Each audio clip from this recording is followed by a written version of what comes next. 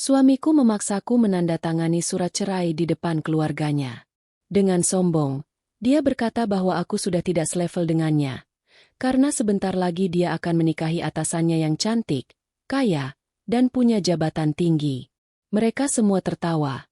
Yakin aku akan hancur setelah ditinggalkan. Tapi beberapa minggu kemudian, mereka justru mengundangku ke pesta pernikahan mewah itu untuk mempermalukanku. Mereka tidak tahu. Wanita yang mereka anggap tidak berguna selama ini ternyata adalah direktur utama di perusahaan tempat mereka bekerja. Bagaimana menurut Anda tentang kisah rumah tangga ini? Jangan lupa subscribe agar tidak ketinggalan kisah-kisah penuh kejutan lainnya. Sekarang mari kita mulai kisahnya. Namaku Siti Humairoh. Selama hampir 7 tahun pernikahanku dengan Arga Pratama, aku selalu percaya bahwa rumah tangga dibangun bukan dari siapa yang paling hebat, paling kaya, atau paling memiliki jabatan tinggi. Bagiku, cinta berarti saling mendukung, saling menjaga, dan tetap bertahan ketika keadaan tidak selalu berjalan seperti yang diharapkan. Karena itulah, sejak awal menikah dengan Arga, aku memilih hidup sederhana. Aku tidak pernah suka memamerkan apa yang kumiliki. Bahkan kepada keluarga Arga, aku selalu memperkenalkan diriku hanya sebagai seorang perempuan biasa. Aku memasak, mengurus rumah, dan selalu berusaha ada ketika suamiku membutuhkan tempat untuk bercerita. Dulu, Arga sangat berbeda.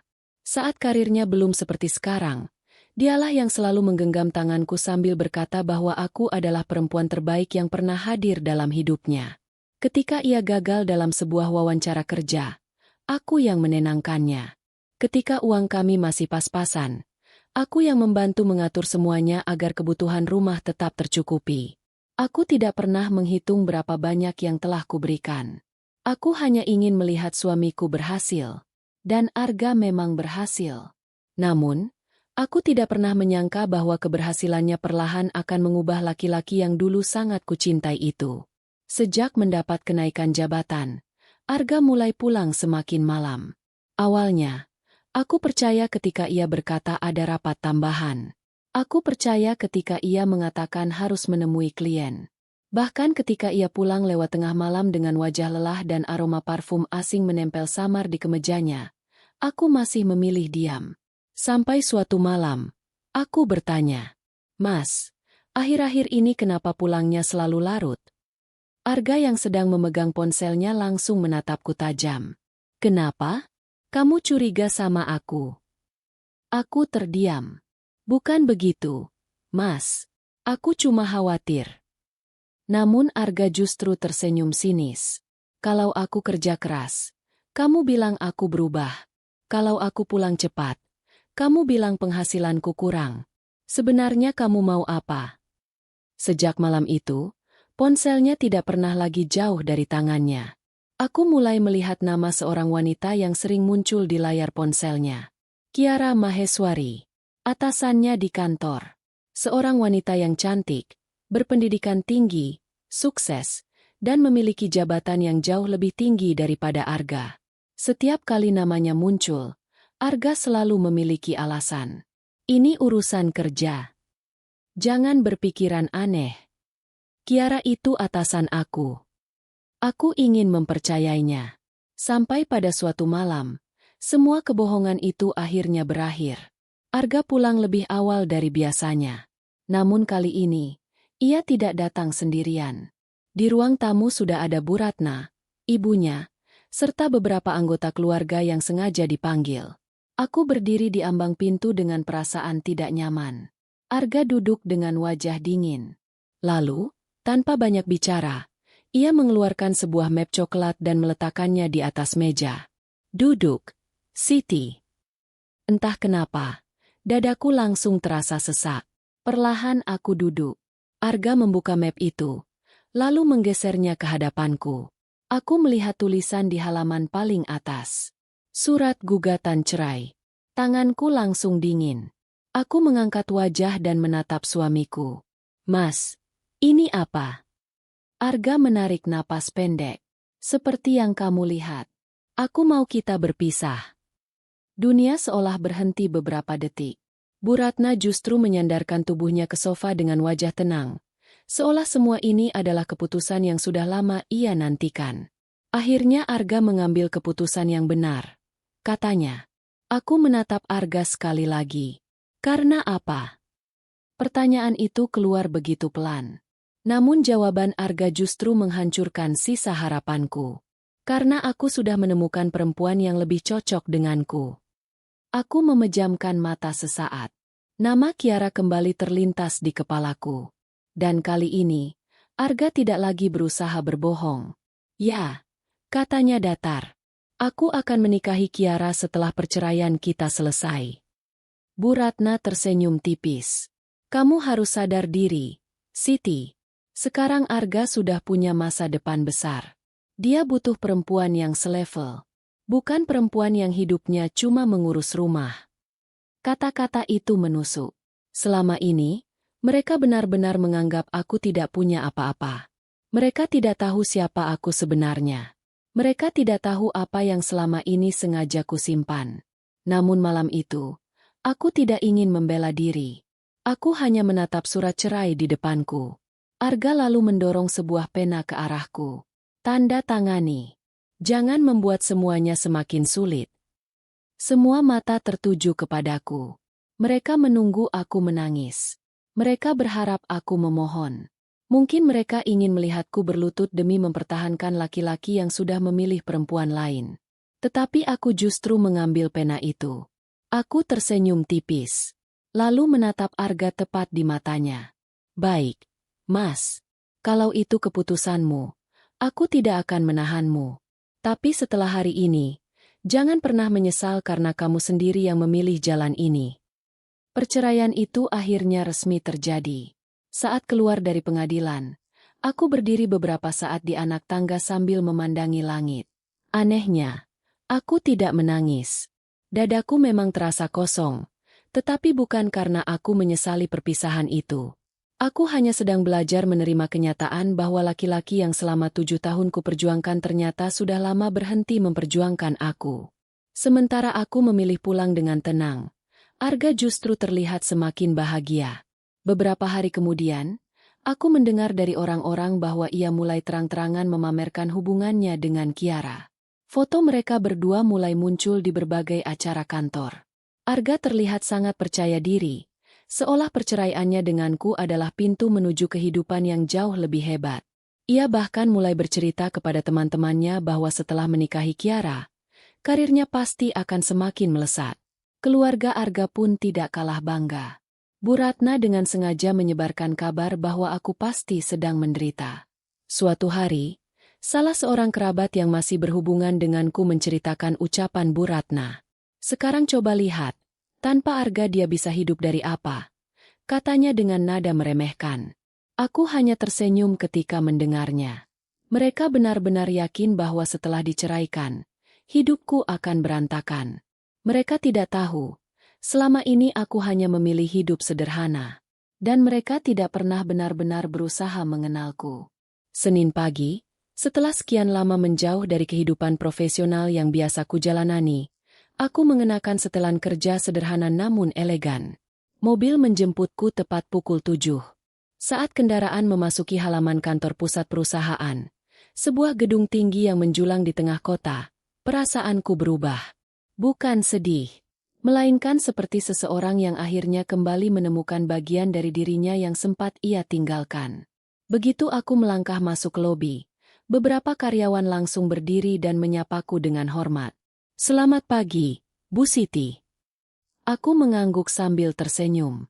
Kemudian Rina Kurniasih, sekretaris pribadiku, datang menghampiri sambil membawa beberapa map. Selamat pagi, Bu Direktur.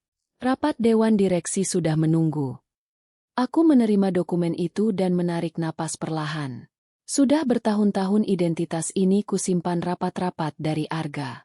Aku tidak pernah ingin suamiku tahu bahwa istrinya memiliki jabatan tinggi di perusahaan besar. Aku ingin dicintai sebagai Siti Humairoh, bukan sebagai perempuan yang memiliki kekuasaan dan kedudukan. Sayangnya, cintaku ternyata tidak cukup untuk membuat seseorang tetap menghargai aku. Hari-hari berikutnya mulai berjalan normal. Aku kembali menghadiri rapat, menandatangani keputusan penting, dan memimpin perusahaan yang selama ini memang menjadi tanggung jawabku. Sampai suatu sore, Rina masuk ke ruanganku membawa sebuah amplop berwarna emas. "Bu, ini ada kiriman khusus." Aku membuka amplop itu.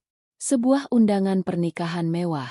Nama Arga Pratama dan Kiara Maheswari tercetak besar di bagian depan. Namun yang membuatku tersenyum adalah tulisan tangan Arga di balik kartu itu. "Datanglah ke pernikahanku. Aku ingin kamu melihat sendiri betapa bahagianya hidupku tanpa kamu." Aku membaca kalimat itu sekali lagi. Tidak ada amarah dalam diriku. Justru ada ketenangan yang aneh. Rina menatapku ragu. "Apakah ibu akan datang?" Aku menutup undangan itu perlahan, lalu menyerahkannya kembali kepada Rina. Senyum kecil muncul di wajahku. "Siapkan jadwalku untuk hari itu." Rina tampak terkejut. Aku menatap undangan tersebut sekali lagi sebelum berkata dengan tenang.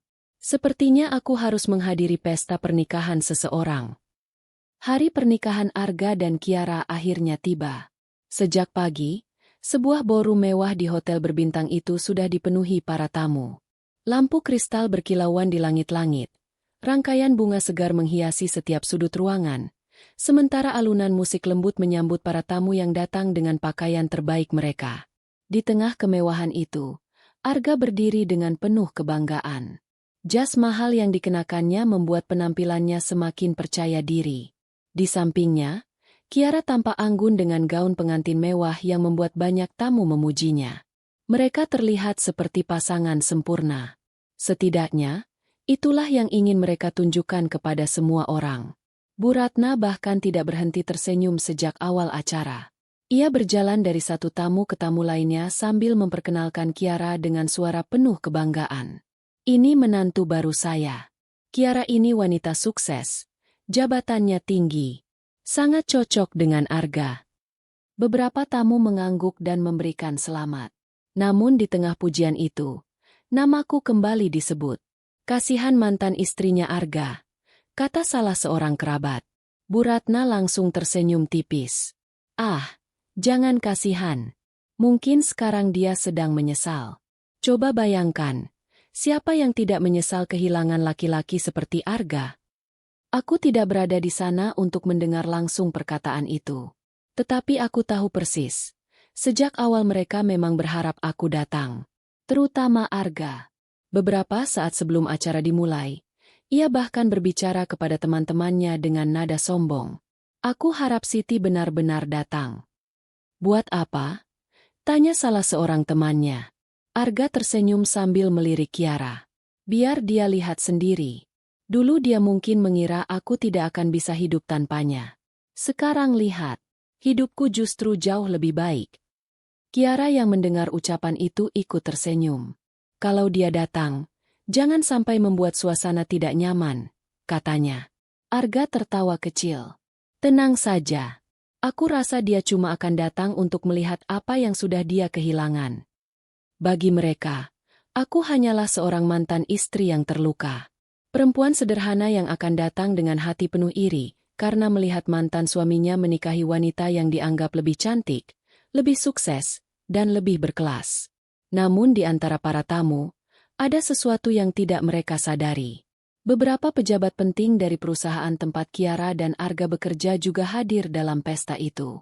Kiara memang cukup dikenal sebagai salah satu manajer yang memiliki posisi penting.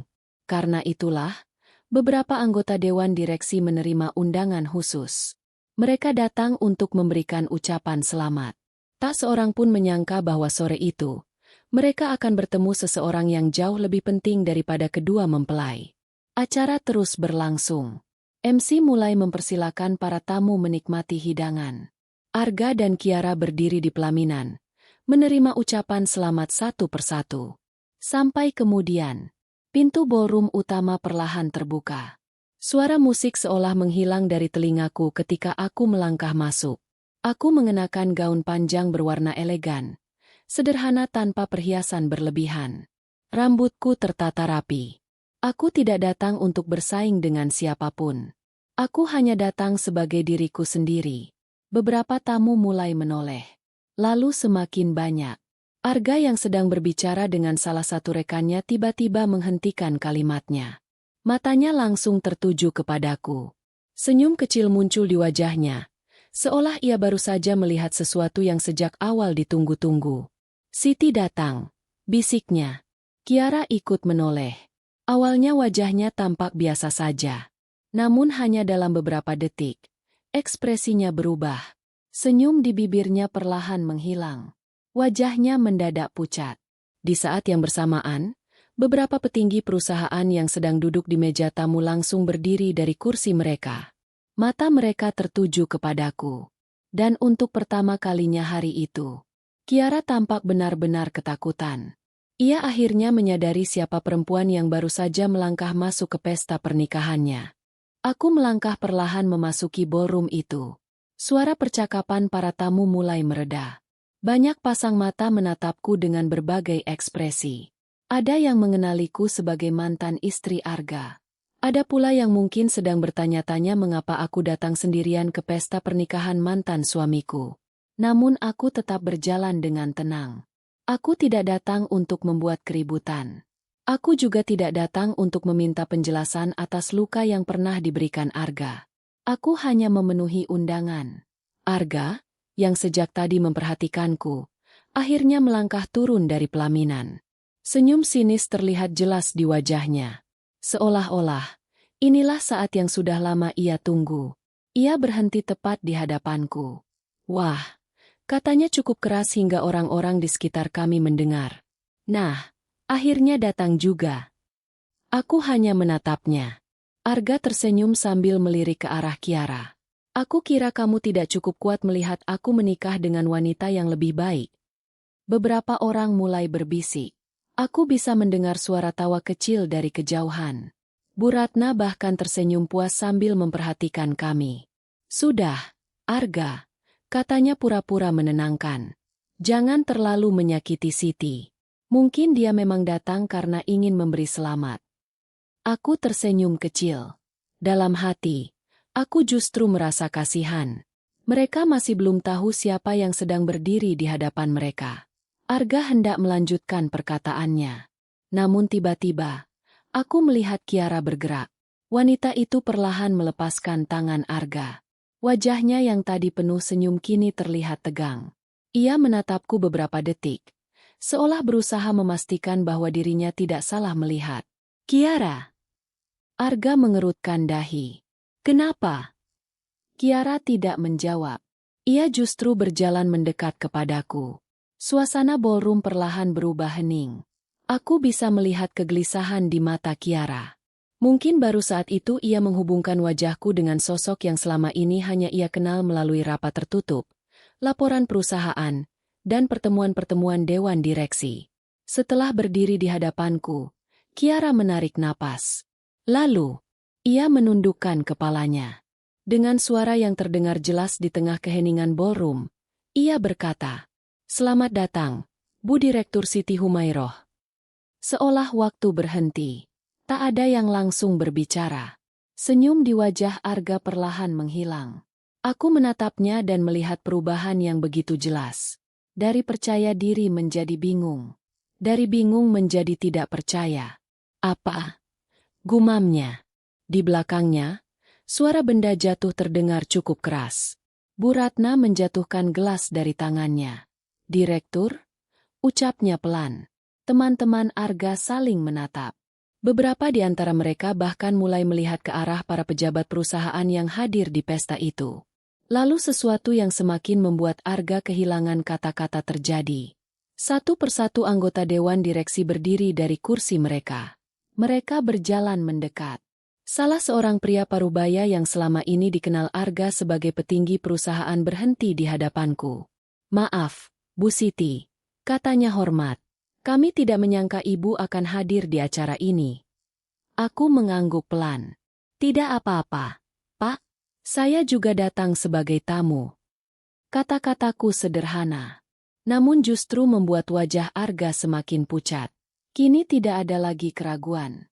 Semua orang mulai memahami apa yang sebenarnya terjadi. Aku bukan sekadar mantan istri Arga. Aku bukan perempuan sederhana yang selama ini dianggap hanya mampu hidup dari suaminya. Aku adalah Siti Humairoh, Direktur Utama perusahaan tempat Arga dan Kiara bekerja. Bu Ratna mundur selangkah.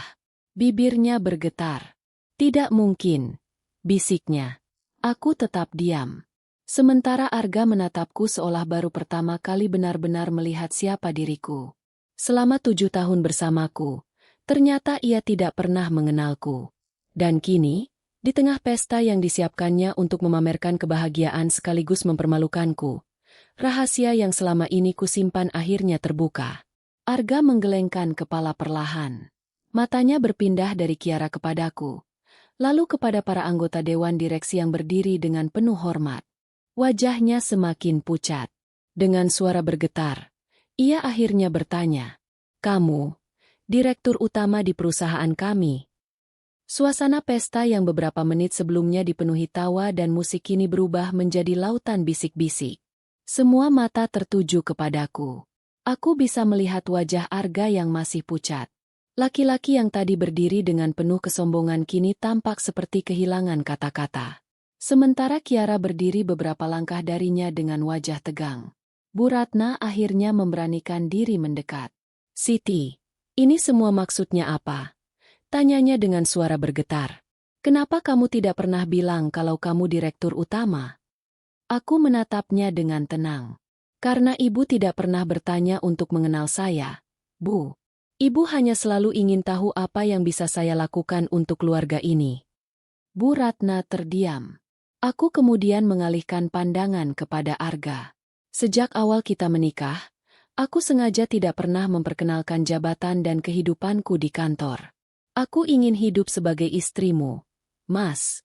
Aku ingin tahu apakah seseorang bisa mencintaiku tanpa melihat kedudukan, kekayaan, atau kekuasaan yang aku miliki."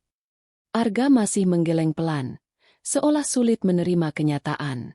"Tapi, selama ini kamu selalu di rumah." "Karena aku memilih begitu," jawabku. "Bukan karena aku tidak punya kehidupan di luar rumah." Kalimat itu membuat beberapa tamu kembali berbisik. Aku menarik napas panjang. Ada banyak hal yang selama bertahun-tahun kusimpan sendiri. Dulu, ketika kariermu belum berkembang, aku selalu percaya kamu akan menjadi laki-laki yang sama seperti saat pertama kali aku mengenalmu. Aku mendukungmu ketika kamu gagal. Aku menemanimu saat kamu kehilangan kepercayaan diri. Dan ketika kamu mulai mendapat kesempatan untuk naik jabatan, aku ikut membantumu." Arga menatapku dengan dahi berkerut. Aku melanjutkan. "Ingat presentasi pertamamu untuk proyek ekspansi perusahaan?" Wajahnya berubah. "Ingat malam ketika kamu berkata tidak tahu bagaimana meyakinkan jajaran manajemen? Siapa yang membantu menyusun strateginya sampai pagi?" Arga mulai terdiam. "Dan proposal efisiensi biaya yang membuatmu mendapatkan pujian dari kantor? Siapa yang memperbaiki seluruh konsepnya ketika kamu menyerah karena merasa idemu tidak cukup kuat?" Kiara perlahan menatap Arga. Aku melihat sorot mata mantan suamiku mulai berubah. Semua itu memang terjadi. Selama bertahun-tahun, Arga sering membawa masalah pekerjaannya ke rumah. Aku mendengarkan. Aku membantu menyusun ide. Kadang aku hanya memberikan 1 atau 2 masukan, lalu membiarkannya mengembangkan sendiri. Namun beberapa ide yang paling dipuji ternyata memang lahir dari diskusi kami. Dan Arga tidak pernah tahu bahwa orang yang selama ini membantunya adalah perempuan yang jauh lebih memahami perusahaan daripada dirinya. "Kenapa kamu tidak pernah bilang?" tanya Arga akhirnya. Aku tersenyum tipis. "Karena waktu itu aku tidak membutuhkan pengakuanmu. Aku hanya ingin melihatmu berhasil."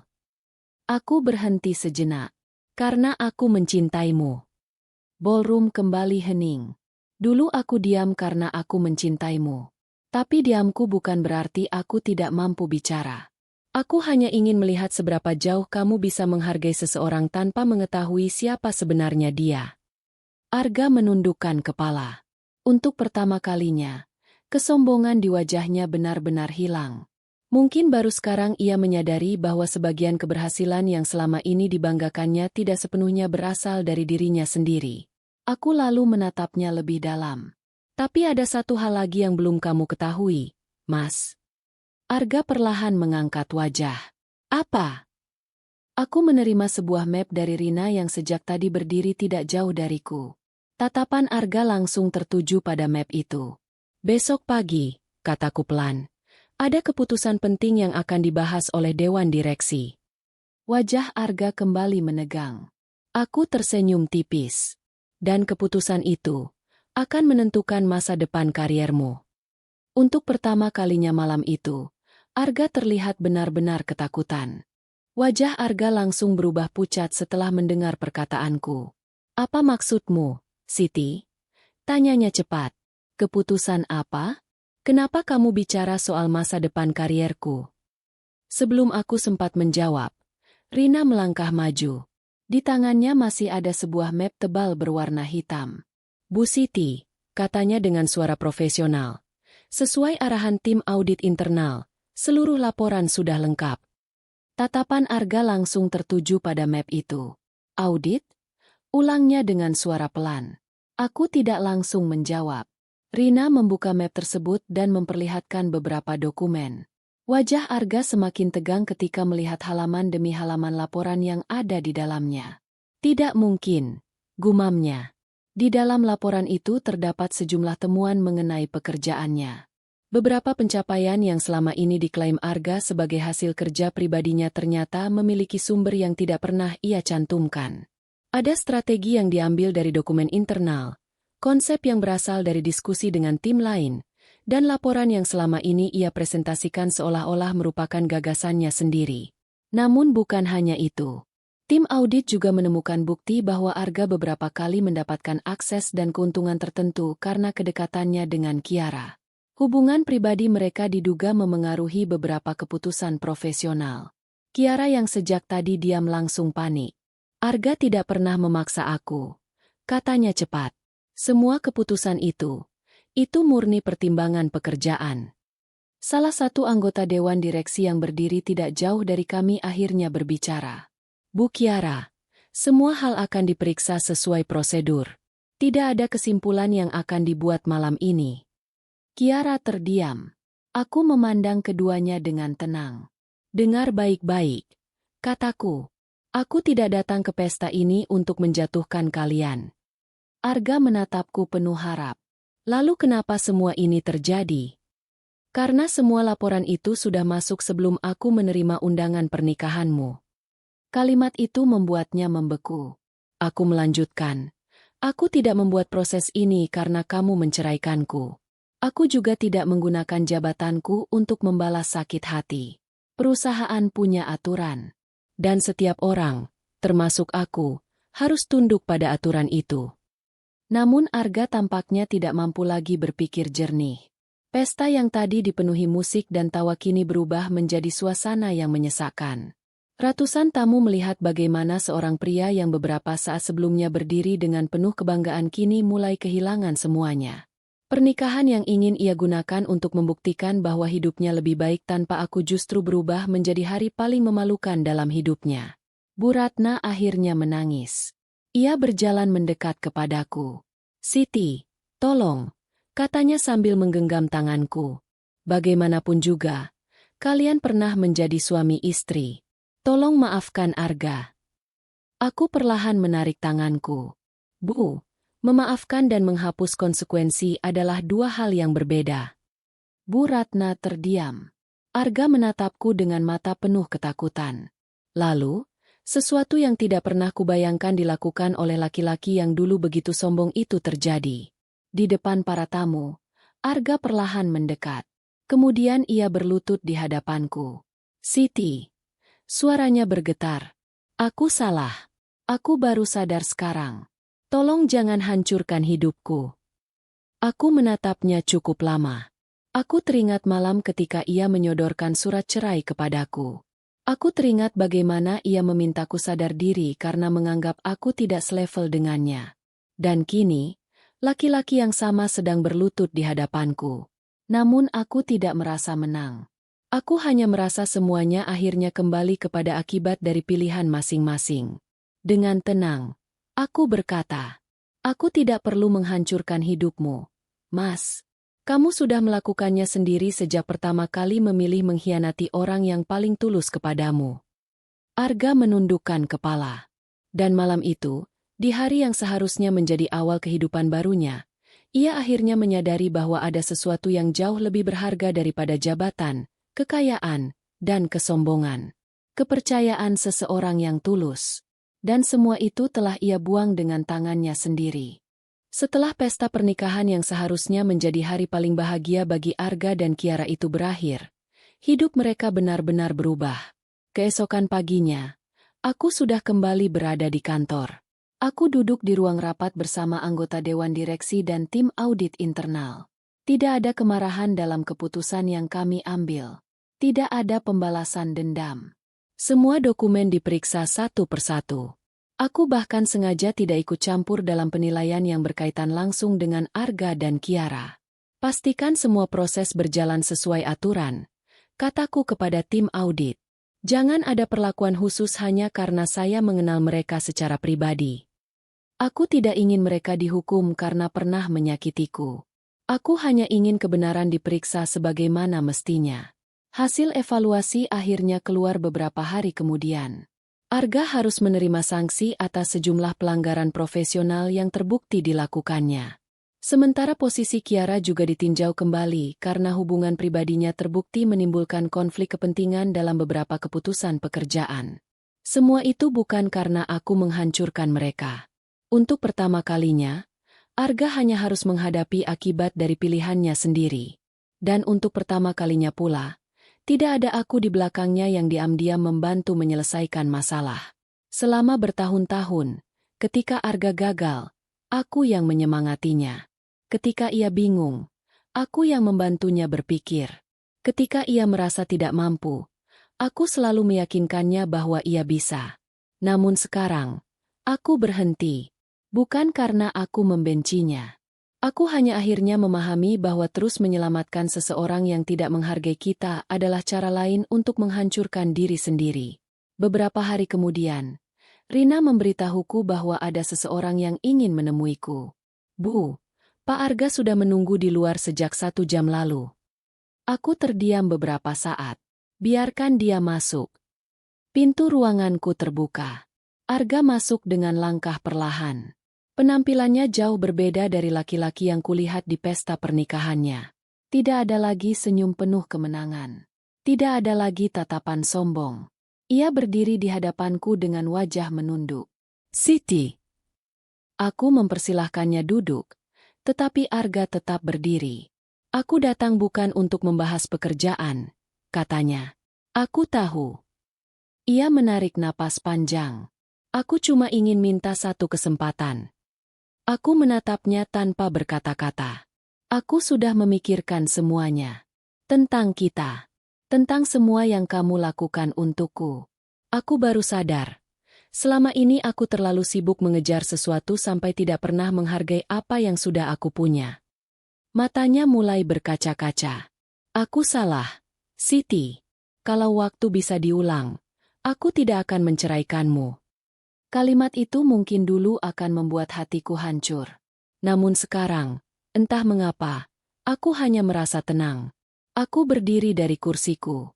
Dulu aku selalu menyelamatkanmu ketika kamu jatuh, kataku perlahan. Aku membantu tanpa meminta balasan. Tapi sekarang aku belajar satu hal. Aku tidak bisa terus menyelamatkan orang yang dengan sadar memilih menghancurkan aku. Arga hanya menundukkan kepala. Aku sudah terlambat, ya? Aku tidak menjawab. Karena terkadang, tidak semua pertanyaan membutuhkan jawaban. Aku berjalan menuju pintu ruanganku. Di luar, beberapa karyawan menyapaku dengan penuh hormat. Selamat pagi, Bu Direktur. Aku membalas sapaan mereka dengan senyum kecil. Kini aku tidak lagi menyembunyikan siapa diriku. Bukan karena aku ingin dipuji. Tetapi karena aku tidak lagi ingin mengecilkan diri hanya agar orang lain merasa lebih besar.